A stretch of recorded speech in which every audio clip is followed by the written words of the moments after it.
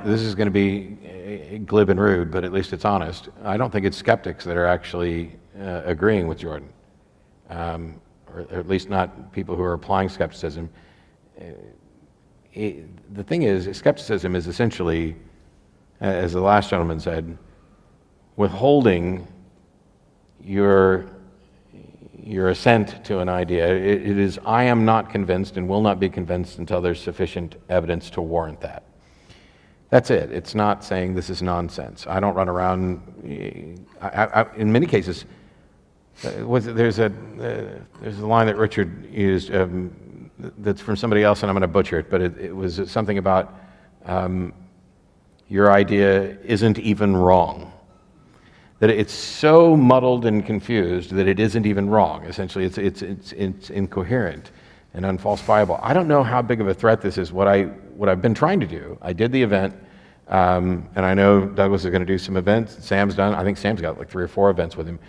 And hopefully over the course of those, we can get to some clarity about, sometimes I'm not convinced I even remotely understand what he's advocating for, because I'll be honest, I don't care about metaphorical truths at all. I care about reality. Now, as I mentioned before, I'm fine with the idea that you can inspire people through this stuff.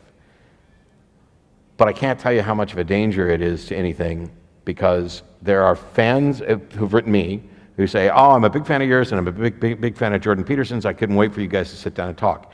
And I wasn't familiar with Jordan, so I kept saying, what is it about him or his ideas that you are a fan of?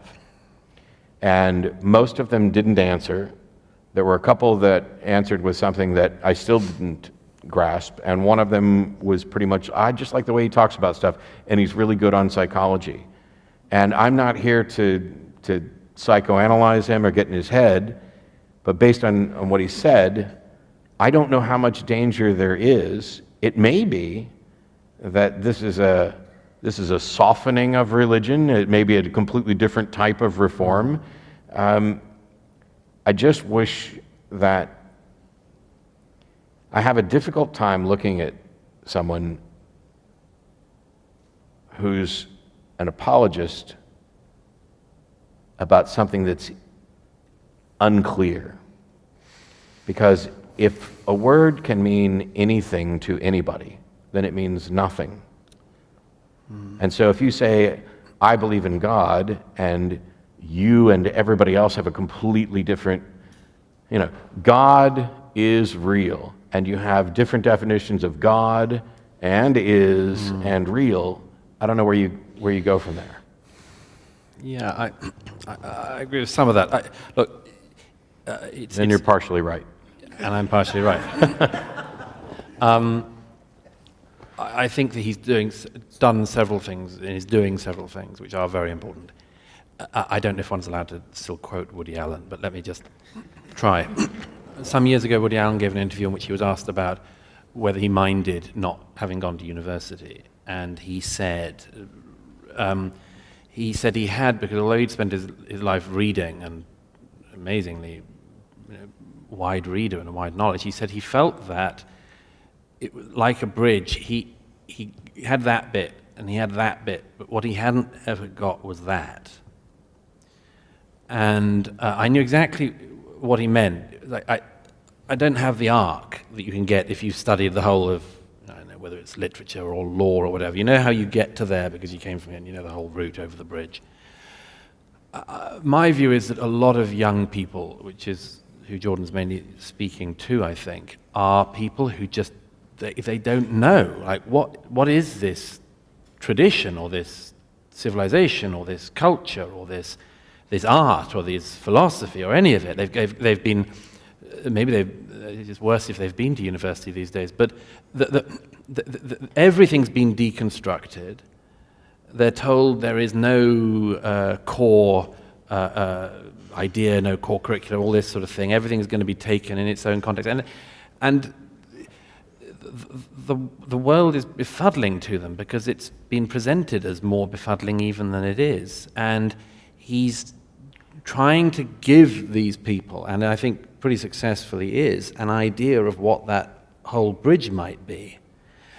And the second thing I'll just say very quickly is that he is speaking to a thing which I've written about quite a lot as well, which is this sense, again, I don't want to bang on about the Europe aspect of this, but a German philosopher, Jürgen Habermas, who I quote in my book, wrote what for me was a very important essay some years ago called The Awareness of What's Missing, where he writes about a friend's funeral who is an atheist who leaves instruction that there is to be a funeral in a church. There's no amen to be said, and there are to be no priests in robes. And Habermas, in basically his most coherent work, in my view, sums this up as the fact that he says his friend has recognized the loss of faith and has also recognized that we have not yet come up with anything that remotely goes into its place. Now, lots of atheists say we don't want to fill that place. We don't want to come up with new religions or replacements for religion and so on, fine. But that there is a vacuum there, I think, has to be recognized. And my own view is that there is a deep, deep longing that people will have with or without religious answers. And that to pretend that that is not there is a very big mistake, whether you're a believer or a non-believer. And he appears to be speaking to those deeps. And I, at any rate, think that that is a great service. I have disagreements with some of the ways in which he answers that. But this, final thought, I mean, this is, all the time, there's an interpretation of what's happened with atheism over the last couple of decades, which is that, broadly speaking, in the 2000s, people were so worried about, among other things, post 9/11 and so on and so forth, that it had a great run at running straight at the thing.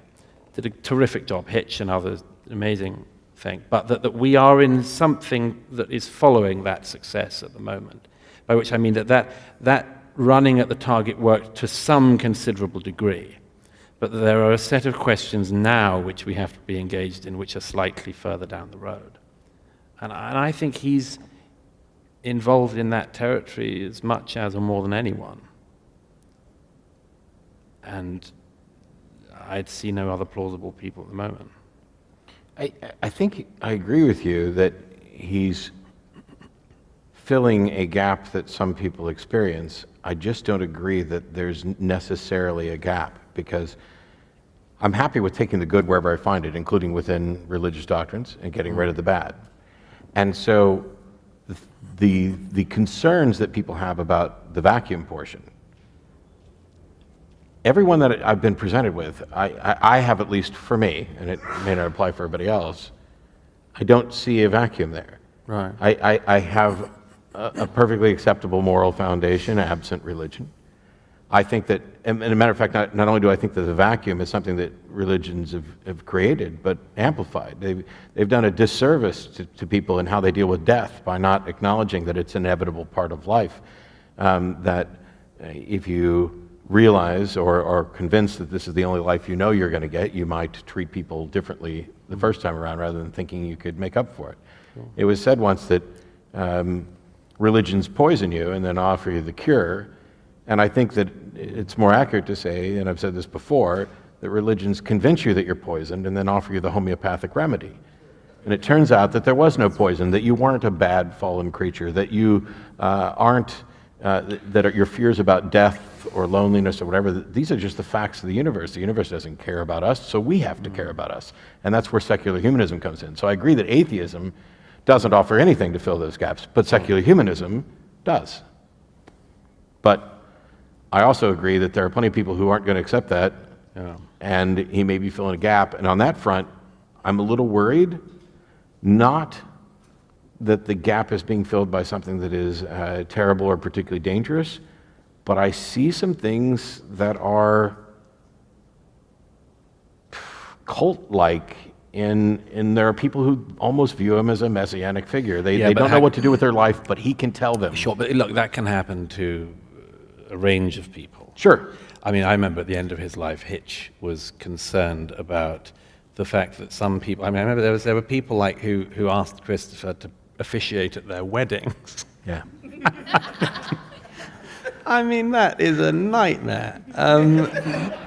and I mean, obviously, it started to worry him. It would worry anyone.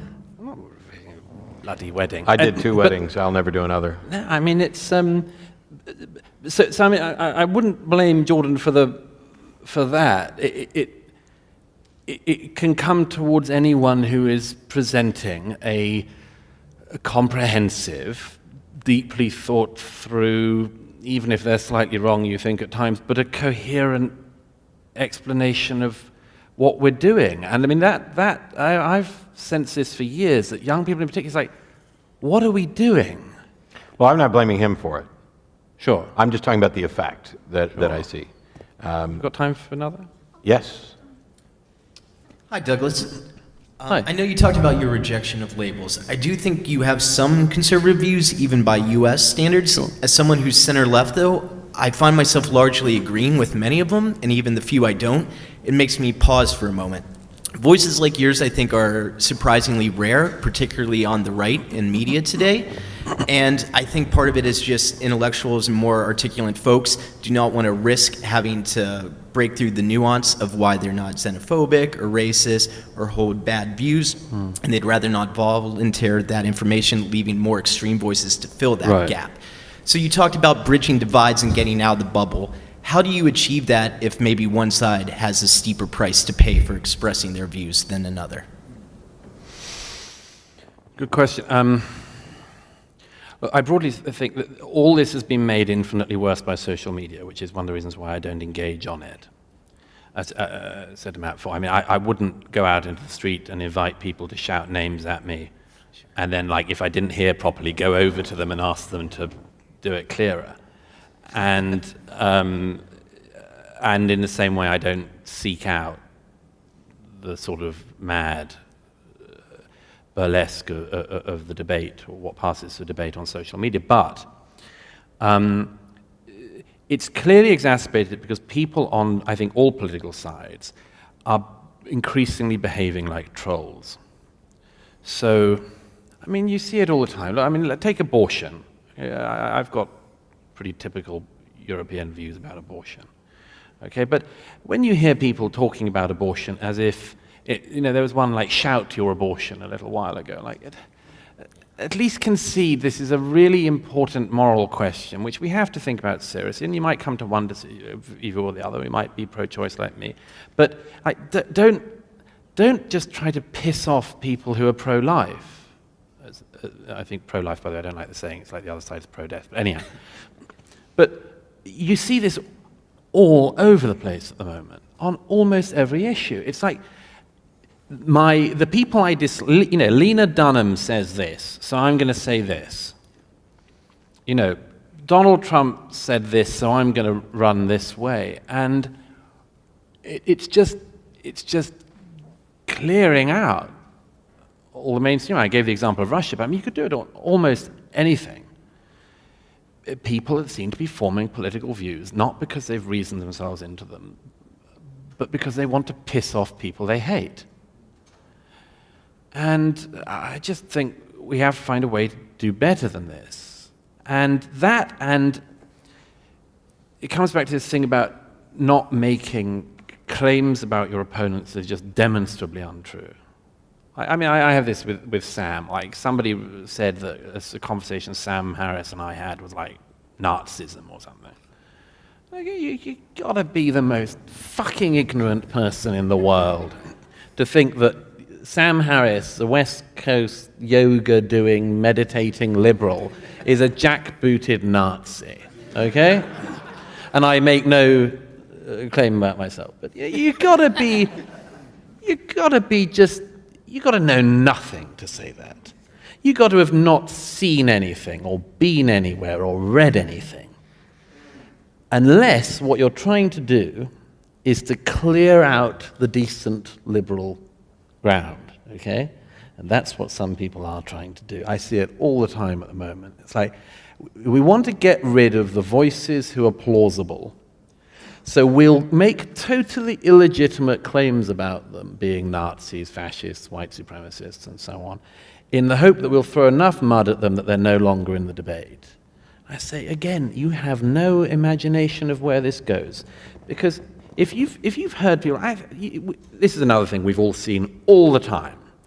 When the mainstream media can run roughshod over somebody's entire life and career, and you see it happen, you become very doubting about the next times you see it happen with people who you don't know about. And one of my things about this is that if you've heard if you've heard 99 people illegitimately described as Nazis, it's highly likely that you won't believe the 100th time somebody calls somebody a Nazi, and it's possible the 100th time it's a proper Nazi. I saw this once in London, so I won't go on. I saw this once in London at a debate where a really stupid person I knew was sitting beside me in a debate, and somebody stood up and asked a question. And another friend of mine, who was a Labour MP at the time, said, "It's the Nazi lady." Okay. It was somebody who I won't name, but anyway, a friend of David Irving's, this person he pointed to. I read a piece by this really stupid person in the Telegraph 2 days later saying, "It's appalling. Everyone's calling each other Nazis these days when they disagree." No, she is a Nazi. She actually is a Nazi. But it was like she'd heard it so many times that she didn't believe it when somebody said, "Oh no, that's a well-known Nazi." And that's sort of where we are. And it worries the hell out of me. I mean, the continent I'm from, we've got some Nazis around, okay? They're like, a Golden Dawn in Greece is about as thuggish a fascist street movement as you can get in 21st century Europe. If you claim that there's basically no difference between Golden Dawn and Sam Harris, I think the only thing I'll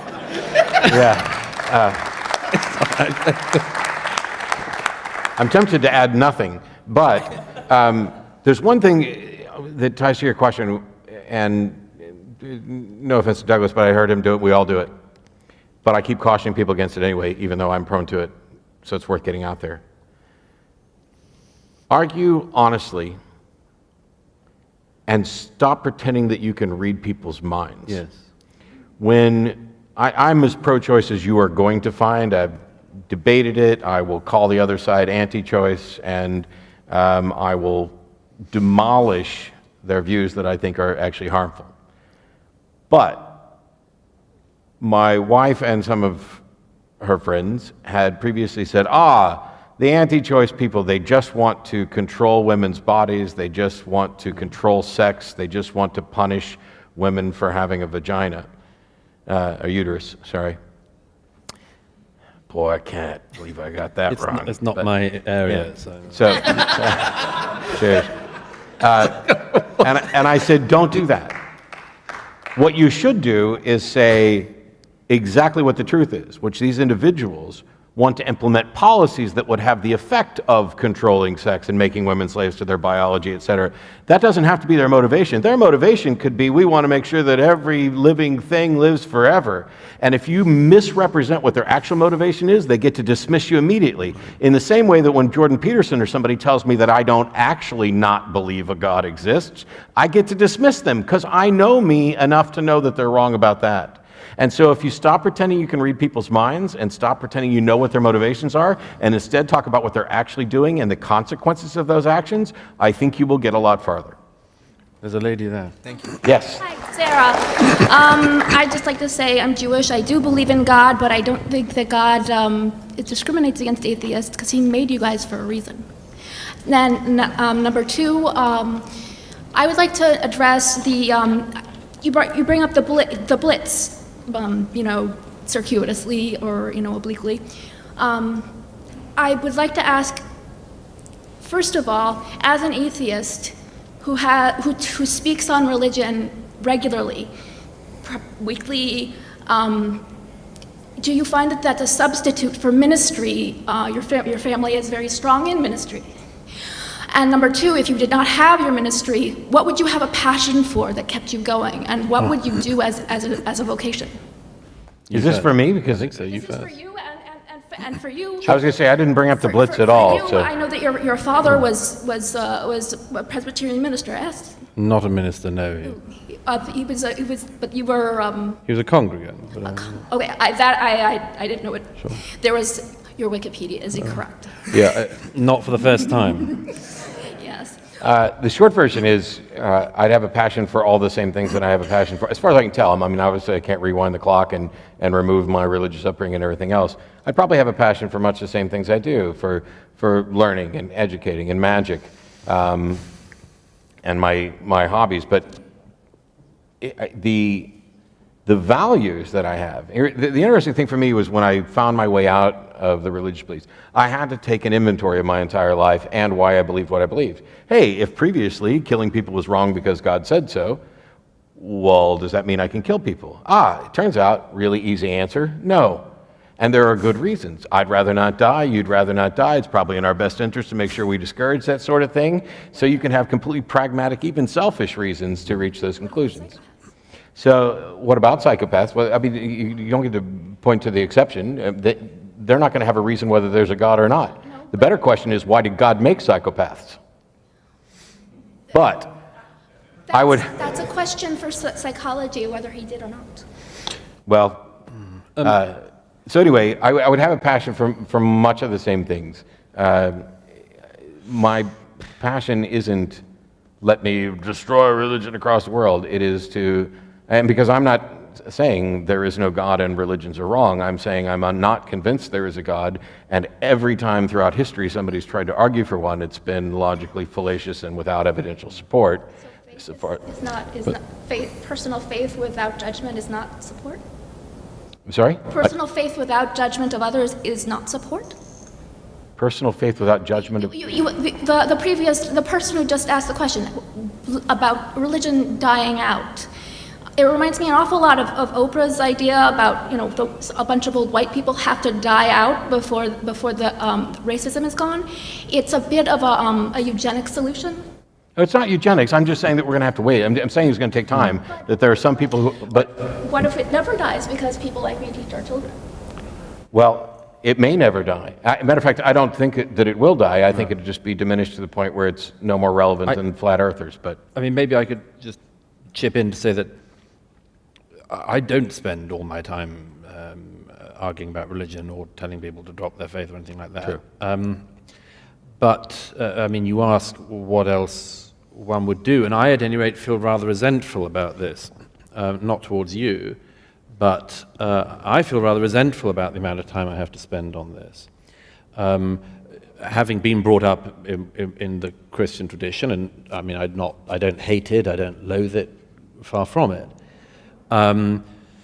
But I resent the fact that having, broadly speaking, managed to see the church's role in society reduced to the position which I think it should be in, I feel resentful that now in the 21st century I have to spend so much time reading hadith and so on. And I think of all the things I would do, and it answers your question. What I would be doing is doing what I did from the beginning, before this all diverted me, which is to be concentrating on my first love, which was literature and art, and writing about that. And the only reason I don't get so much time to do that is because I don't think that the conditions for that to continue to be done are satisfactorily safe at the moment. So you believe But the moment that Hashem and Allah are the same thing? I believe in what? Do you believe that Hashem and Allah are the same God? Because you just talked about hadith and not about, say, Talmud. Well, no, because, I mean, I can assure you, madam, that if people were chopping off people's heads in my country and citing the Talmud, I'd be reading a lot more of the Talmud and of Jewish law, and I'd be engaging myself far more in that. It's just that, in the last year, it's been multiple times that people have, for instance, walked across London Bridge slashing at women's throats, shouting, "This is for Allah." So I find myself unable to spend as much time on poetry as I'd like.